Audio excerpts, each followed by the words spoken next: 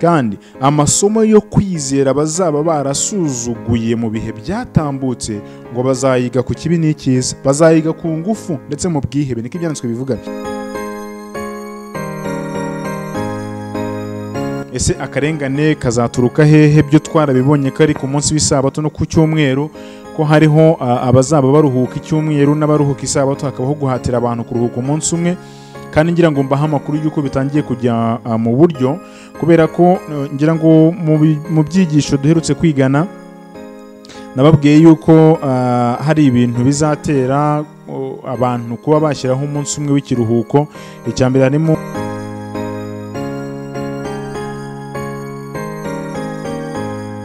neretswe ko byaturutse ku bushake bw'Imana kabera bitandukanye n'ibyabazanira inzitizi byose mbere y'igihe cy'umubabaro. Vango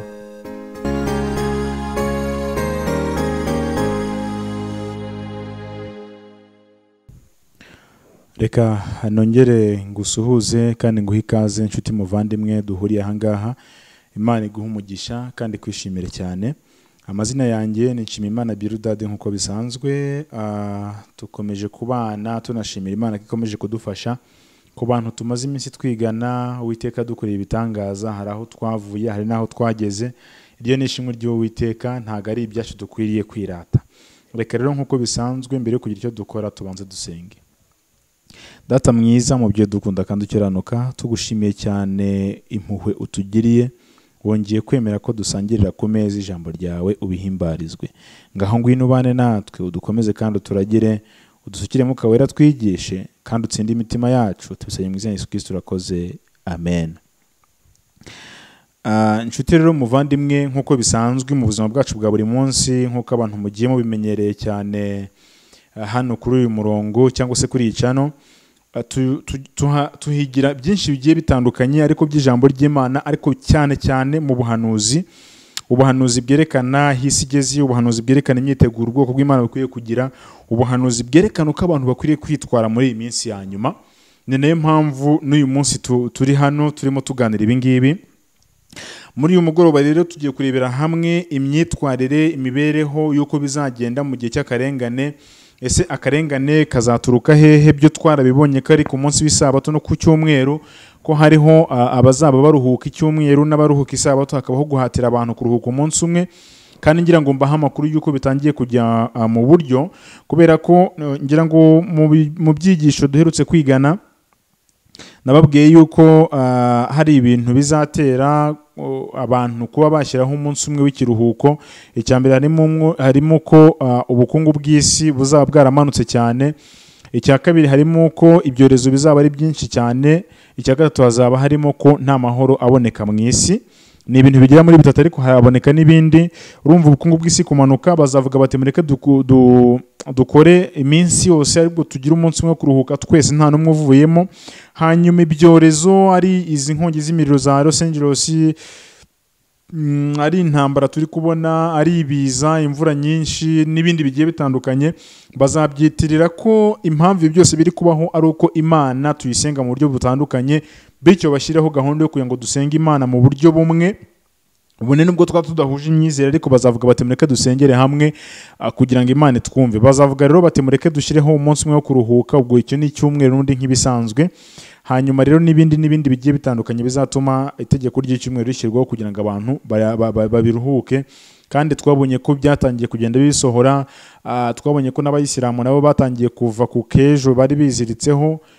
Ibintu bigenda bihinduka, bemeye gufata umunsi w'icyumweru kugira ngo nabo bajye baruhukaho, nubwo bitari byo officiel cyane ko twarabibonye mu biganiro byatambutse. Rero ndasaba kugira ngo Mwuka Wera atuyobore. Umuntu yakibaza ngo mbese ubundi kubera iki Imana yemera ko akarengane kazabaho? Ntago twabishidikanyaho, impamvu zo ni nyinshi cyane, ntago tubishidikanyaho. Ariko reka turebe indi mpamvu y'ishavu cyangwa se indi mpamvu izatuma ubwoko bw'Imana bubabara. Mu gitabo cyo kwitegura ka gaheruka, ngiye mfite ikiri soft, ni kuri page 110, nicyo turimo tureberaho.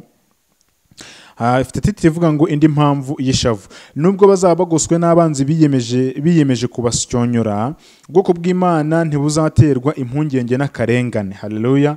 Ngo nubwo bazaba bagoswe n'abanzi biyemeje kubasyonyora, ubwoko bw'Imana ngo ntabwo buzaterwa ubwoba n'akarengane cyangwa se ntabwo buzabutera impungenge. Bazagira ubwoba bw'uko batihannye ibyaha byabo byose, hamwe n'uko bashobora kwamburwa ibyiza by'isezerano ry'umucunguzi kubera amakosa amwe n'amwe. Ngiyo ikintu kizabatera ubwoba. Akarengane ntikazabatera ubwoba, ahubwo bazaterwa ubwoba n'igishyika cy'imitima yabo, cyangwa se bazaterwa ubwoba n'ukuntu imitima yabo ihagaze imbere y'Uwiteka. Kandi koko nta kintu cyagakwiye kudutera ubwoba. Byanditswe byaratubwiye ngo ntimugatinye uwica umubiri, ahubwo mujye mutinya uwica ubugingo. Burya rero tuba dukwiriye kugira ubwoba bw'ibyaha byacu kurenza kugira ubwoba bw'uko dushobora kuva mu mubiri. Twese tuzawuvamo, nubwo hari abo Yesu azaza agasanga bakiri maso, ariko ntago naguha isezerano yuko wenda azasanga nkiri maso cyangwa se azasanga ukiri maso, ahubwo dukwiriye kuboneza imitima yacu kuko ntago tuzi ngo ni ryari dushobora gusinziriramo. Ntibazareka kwizera kwabo kubera amasengesho yabo adashubijwe ako kanya. Umuntu ushikamye ku kuri ntagatenteburwa nuko ibyo asengeye bitarimo birakunda, ntagatenteburwa nuko ibyo arimo arasengera bitari gushoboka, ahubwo waguma ku kwizera kwe, akaguma ku gakiza ke, akaguma ku byo yizeye, bone nubwo yahura n'imiraba igiye iteye ubwoba imukurura ikamujyana, ikaba ishaka kumujyana kure. N'iyo asenze ntasubizwe, uyu muntu ntagava mu byo kwizerwa, oya, ahubwo arakomeza agashikama. Ngo nubwo bazaba bababaye bikomeye, ubwoba n'umubabaro byabo ntibizigera bituma batezuka ku gutakamba kwabo. Yakobo yiziritse kuri marayika, kandi bazasubiza kimwe nawe muri aya magambo ngo sinkurekura utampaye umugisha. Haleluya.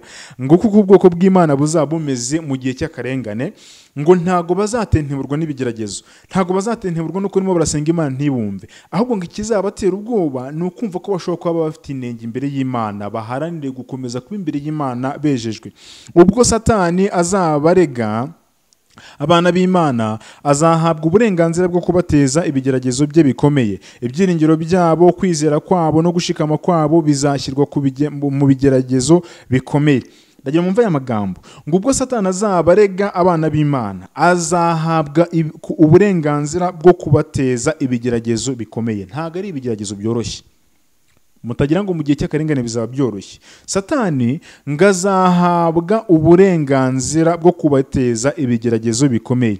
Umva ibintu rero bizageragezwa: ibyiringiro byabo, kwizera kwabo no gushikama kwabo bizashyirwa mu bigeragezo bikomeye. Ibintu bitatu: ibyiringiro, kwizera no gushikama.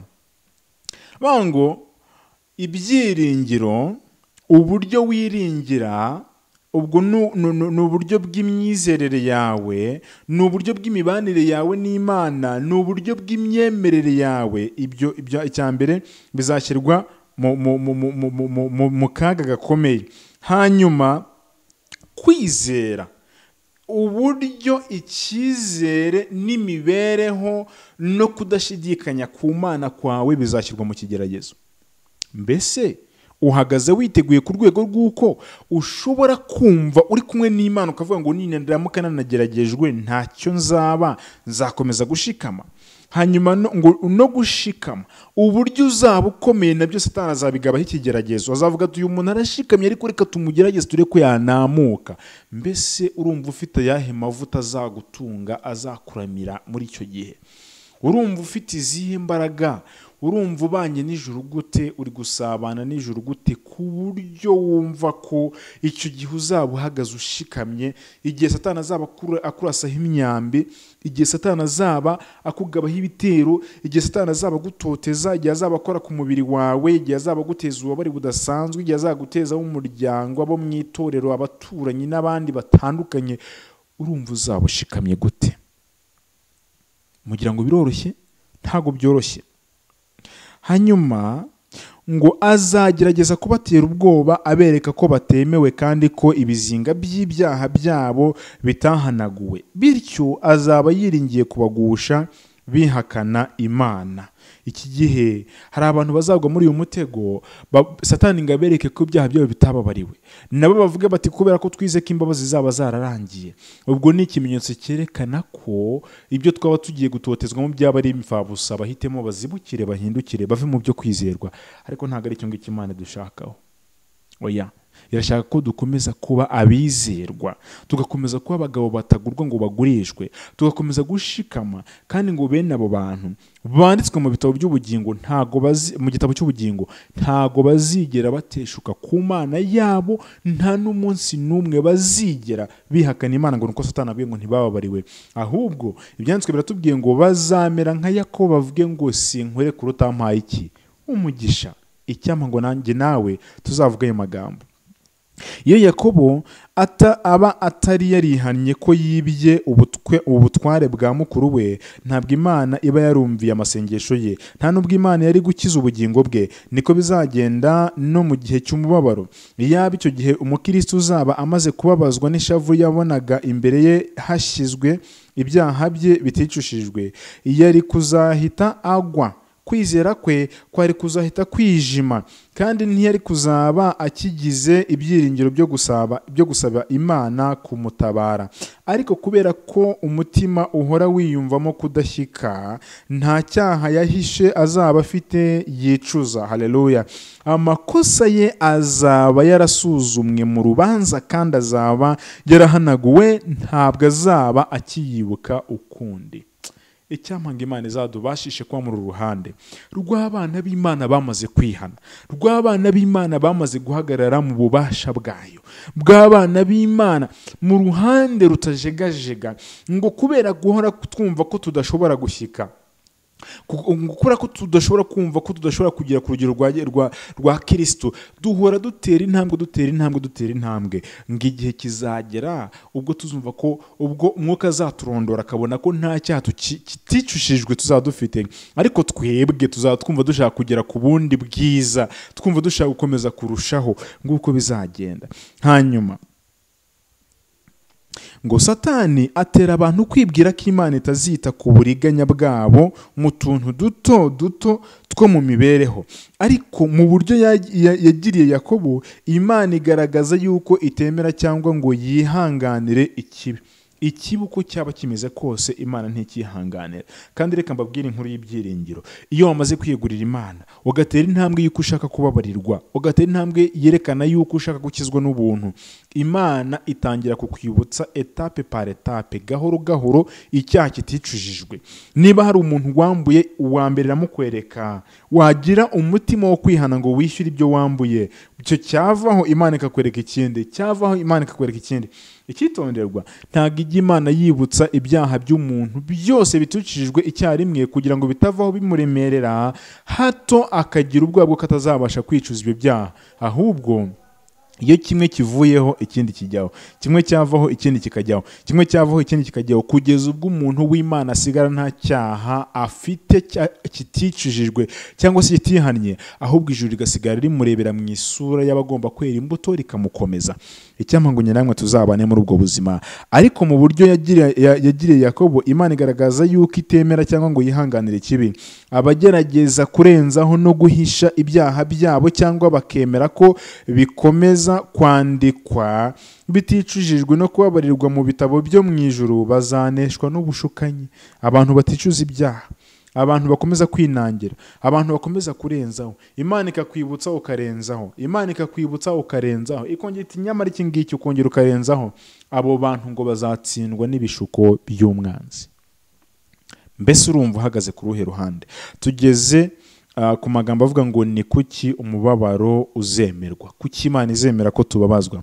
Abacungira mu kukwizera guke ubu bari mu kaga gakomeye ko kugotwa mu bushukanyi bukomeye bwa Satani, kandi nabo bakwihanganira ikigeragezo. Umubabaro wabo uzarushaho kuba munini ku munsi w'akaga kuruta ak'abantu bazaba baramenyereye gushyira ibyiringiro byabo ku Mana. Amasomo yo kwizera bazaba barasuzuguye mu bihe bisanzwe, bizaba ngombwa ko bayiga ku ngufu mu bwihebe. aya magambo reka nyasubiremo. Abacungiye ku kwizera guke ubu bari mu kaga gakomeye. Abantu bacungiye ku kwizera guke badafite kwizera gushyitse ngo bari mu kaga gakomeye, ngo ubu bari mu kaga gakomeye. Abacungira mu kwizera guke ubu bari mu kaga gakomeye ko kugwa mu bushukanyi bukomeye bwa Satani, kandi nabo bakwihanganira ibigeragezo. Umubabaro wabo uzarushaho kuba munini ku munsi w'akaga kuruta ak'abantu bazaba baramenyereye gushyira ibyiringiro byabo ku Mana.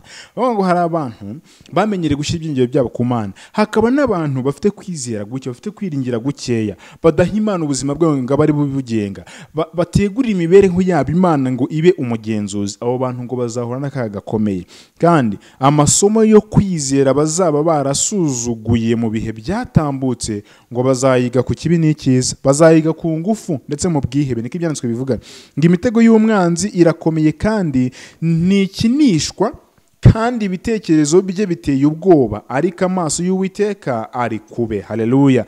N'amatwi ye yumva gutaka kwabo.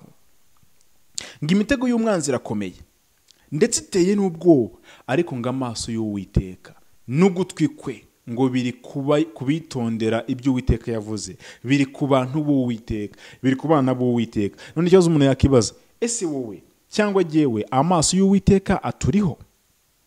Kibaza icyo kintu, amaso y'Uwiteka aturiho. Ngo nubwo umubabaro w'abizera waba munini ndetse ibirimi ibyitanura bigasa n'ibigiye kubarimbura, umucunguzi w'umuhanga azabakuramo bameze nk'izahabu yatunganyijwe n'umuriro. Mu minsi yo kugeragezwa gukomeye kw'abana b'Imana, urukundo rw'Imana ruzaba rukomeye kandi ruhebuje nk'imyambi y'igitondo gitangaje. Ariko ni ngombwa ko bacishwa mu ruganda. Mwumve ya mpamvu yo kurenganywa. Ni ngombwa ko bacishwa mu ruganda kugira ngo inyota y'iby'isi itokombere, kandi kugira ngo ishusho y'Umukiza igaragarire byimazeyo muri bo. Hanyuma ni ngombwa ko ubwoko bw'Imana bunywera ku gikombe Umukiza wacu yanywereyeho, kandi bukabatizwa umubatizo yabatijwe. Mu by'ukuri uko gutinda kuruhije kuri bo kuzaba igisubizo kinejeje cy'amasengesho yabo. Mu kugerageza gutegerezanya ibyiringiro kugobokwa kw'Imana, baziga kwizera, kwiringira no kwihangana. Bazaba batarashyize mu bikorwa cyane mu mibereho yabo. Umva aya magambo ngo mu kugerageza gutegerezanya ibyiringiro kugoboka kw'Imana, igihe ubwoko bw'Imana buzaba butegereje ko Uwiteka abucungura, buzaba butegereje ko Uwiteka butabara, ngo buziga kwizera, kwiringira no kwihangana. Bazaba batarigeze biga mu bihe byatambutse. Tugeze ku gasubi karimo gasatira umusozo, kavuga ngo ubwoko bw'Imana buzanyura mu gihe cy'umubabaro. Abantu 144 nibo bonyine bazashobora kwiga iyo ndirimbo yo kunesha, kuko ari indirimbo y'amateka yabo. Mu mateka banyuzemo ku giti cyabo, bameze nk'umuganura ku Mana no ku Mwana w'Intama, kuko bakuwe mu isi hagati y'abazima. Banyuze mu gihe cy'umubabaro ukomeye ku buryo batigeze kubaho nk'uwo kuva amahanga yabaho. Bihanganiye ishavu ry'umubabaro wa Yakobo. Gasubi kavuga ngo benshi bazasinzira mbere. Tubonye ko 144 ngo nibyo bizasogongera kuri uyu mubabaro, ariko kandi bitabaruke. Ariko ibyanditswe byera hano tugeze biravuga ngo benshi bazasinzira mbere. Umva aya magambo avuga ngo benshi bazasinzira ibitotsi byabo bya nyuma, mbere y'uko ibihe bishishana bisukwa ku isi yacu. Benshi bazasinzira ibitotsi byabo bya nyuma. Mu yandi magambo, bazakurwa mu mubiri mbere y'uko ibihe bishishana bisukwa ku isi. Ngiyi impamvu yiyongereye hanyuma yo kuvuga amasengesho yacu yuje imbaraga tuti ariko biye kuba uko ushaka ahubwo bibe bye kuba uko nshaka ahubwo bibe uko ushaka. Nta kamaro bimaze kwiteganyiriza ibintu. Aya magambo muyumve neza. Iki gihe nanjye nigeze kugeramo ndabyibaza, ndavuga na hari washaka udukweto tworoheje tw'umuntu azahungana, washaka imyenda ikomeye y'umuntu azahungana nayo mu mbeho, ibintu nigeze kubitekereza. Ariko natangajwe n'aya magambo ngo Imana yanyeretse kenshi ko binyuranye na Bibiliya guhunika twiteganyiriza ibyo tuzakenera muri icyo gihe cy'umubabaro. Ntago bihuje na Bibiliya. Niba uzi ko ufite ukuntu uvuga uti ngiye mu gihe wenda cy'akarengane nzaba mfite ibishyimbo, nzaba mfite imyumbati, nzaba mfite imiguru y'inkweto nyinshi nzahungana, ibyo niba uzi ko ari kubiri kubitegura uri gutandukana n'ibyanditswe byera. Nabonye ko iyo ababera bashyiraga ku ruhande ibyo kurya bakabibikira iwabo cyangwa mu bigo babibikiye icyo gihe, ko ubwo inkota, inzara na mugiga bizarimbura mu gihugu, ibyo biryo babyamburwa ku ngufu, kandi ko abanyamahanga bakwisarurira imirima yabo. Hanyuma murumva ko ngo turamutse duhunitse ibyo ngibyo bishobora kutubera impamvu ituma dusubira inyuma, kuko ngo abanyamahanga baza bakabisarura kandi twabyamburwa ku ngufu. Niyo mpamvu Imana yavuze ngo ntitukigire ibyo twiteganyiriza, ahubwo nk'uko yatunze Abisiraheli mu butayu. Aya magambo twarayasomye mu byisho byatambutse. Nk'uko yatunze Abisiraheli mu butayu, ngo niko natwe izadutunga mu gihe tuzaba turi mu karengane. Hanyuma ngo neretswe ko byaturutse ku bushake bw'Imana kabera bitandukanye n'ibyabazanira inzitizi byose mbere y'igihe cy'umubabaro. Vango ubwoko bw'Imana mbere y'igihe cy'umubabaro, umubabaro utari wagera, buzatangira kwitandukanya n'ibishobora byose kubabera inzitizi. Niyo mpamvu Imana yatanze umuburi ikavuga ngo nimuve mu mijyi mubye mu byaro, kandi naho nimugerayo ntimushake imitungo myinshi ishobora kubaremerera ku buryo bishobora kubyara kutabona umwanya wo gusabana n'Imana. Oya, yego, byumvikane neza. Ntabwo bivuze ngo abavuye mu mijyi bajye mu byaro bakora ubusa. Oya, bashaka icyo bakora ariko kidashobora gutuma umwanya wabo uba mukeya wo gusabana n'Imana. Hanyuma ikindi ngo ibintu byose bishobora kubera inzitizi ubwoko bw'Imana bizashyirwa ku ruhande. Ubwoko bw'Imana buzabireka, buzazibukira. Ejo bundi turimo dusenga, byari ku isabato, twaganiriye n'abantu, hanyuma abantu baravuga ngo none ngo twebwe, ubwo twari turi kumwe n'abahinzi b'umuceri, twebwe turabahinzi b'umuceri, ariko umuceri ku isabato bisaba kujya kuwanika, bisaba batanga ingero nyinshi cyane, kandi urebye turi mu makoperative, turamuka tutagiye ku isabato muri koperative, wenda bagiye kugurisha, koperative zaduhana. Muri kumva ibintu biri kwerekeza aho hantu, muri kuhumva aho ngaho, aho niho ruzingiye. Hano rero byanditswe biratubwiye ngo ubwoko bw'Imana ibintu byose byagombaga kubuzitira bazitandukanya nabyo mbere y'uko igihe cy'akarengane kigera, mbere y'uko igihe cy'umubabaro kigera. Nawe niba uzi ko hari ibikuzitira, ukaba uzi ko hari ibikuziga, ukaba uzi ko hari ibikubuza kureba umukiza, ukaba uzi ko hari ibyo utari washyira ku gicaniro ngo bikongoke, saba Imana ikubohore, iguhe imbaraga, ikubashishe kuzibukira ibyo byakubase, kuzibukira ibyo bikuzitira, ako kazi, iyo mirimo, ibyo bintu byose bituma umwanya w'Uwiteka utaboneka. Saba Imana ibisimbuza ibigutunga, ariko bituma umwanya wo gusabana n'Imana uboneka. Hanyuma ngo neretswe ko byaturutse ku bushake bw'Imana kabera bitandukanya n'ibyabazanira inzitizi byose mbere y'igihe cy'umubabaro, hamwe no kugira ngo basezerane n'Imana isezerano ryo kwitanga. Umva aya magambo: iyaba bari bashyize ibyo bafite ku gicaniro, maze bagashaka byimazeyo gusobanukirwa n'inshingano yabo ku Mana, Imana yari kuzababwira igihe n'uburyo bwo gushyira kuri gahunda ibyo bintu. Ngo ubwoko bw'Imana iyo bafata ibyo batunze byose bakabishyira ku gicaniro, ntibibabere ikigirwamana bigakongoka. Haleluya. Niva ukongoka ntago ari ukubijugunya, ahubwo ni ukugira ngo Uwiteka aganze kurenza ubutunzi dufite mu mitima yacu. aganze mu mitima yacu kurenza ubutunzi dufite. Hanyuma ngo Imana ari kuzagenda ibamenyesha gahoro gahoro igihe cyo kugira ibyo bakura mu nzira nuko babigenza. Hanyuma bari kuzaba bamaze kubyirukaho byose, bari kuzaba baramaze kubyikuraho byose mu gihe cy'umubabaro. Nabo amagambo asoza, nabonye kandi ko Imana itahataga ko bose bagurisha ibyabo icyarimwe. Oya, ntabwo Imana igize hata ko bose bagurisha ibyabo icyarimwe, ahubwo ko niba babishaka Imana izabamenyesha igihe bibaye ngombwa. Niba bumva bafite umutima wo kwikuraho ibyo ngibyo, igihe bibaye ngombwa Imana izabibamenyesha. Urugero rw'ibintu byabo bashobora kugurisha hamwe n'igihe ibyo bigomba gukorerwamo. Niba ngombwa Imana izabereka igihe ibyo byose bigomba gukorwamo, ibereka urugero rw'ibyo bagomba gutanga kugira ngo batabitanga bakandavura. Hari abantu bakora ibyo bintu muri kamere yabo, mu ishyaka riturutse mu bwenge bwabo, bikababera ikigerezo cyo gusubira inyuma no kutaba imbere y'Umukiza. Uwiteka tubashishe kandi Uwiteka tugirire neza, aduhe gukomera, aduhe gushikama, aduhe kumenya uko twitwara muri ibihe bya nyuma, aduhe kumenya ibyo dukwiriye kuzibukira n'ibyo dukwiriye kugumana, aduhe kumenya igihe cyo gutanga ibyakatuzitiye, aduhe kumenya igihe cyo kuva ahatuziga, aduhe igihe cyo uburyo bwo kumenya igihe dukwiriye kuva muri bya bindi byatumaga tutabana n'Imana, aduhe kumenya neza ibyakaduteje akaga mu gihe cy'akarengane no kubizibukira, kugira ngo njye nawe umunsi uri izina twe kuzaba twararuhiye ubusa, ahubwo Uwiteka azatwambika ikanzu y'abera, tuzabane mu bugingo buhoraho. Nibyo nabasabira, nanjye nisabira mu izina rya Yesu, amen. Reka tubanze dusenge. Urera, icyubahiro n'ikibi cyawe, tubonye ko mu gihe cy'akarengane, mbere y'uko kagera, ubwoko bwawe uzabumenyesha igihe cyo kwirekura no kuva ku byatubuza ubugingo.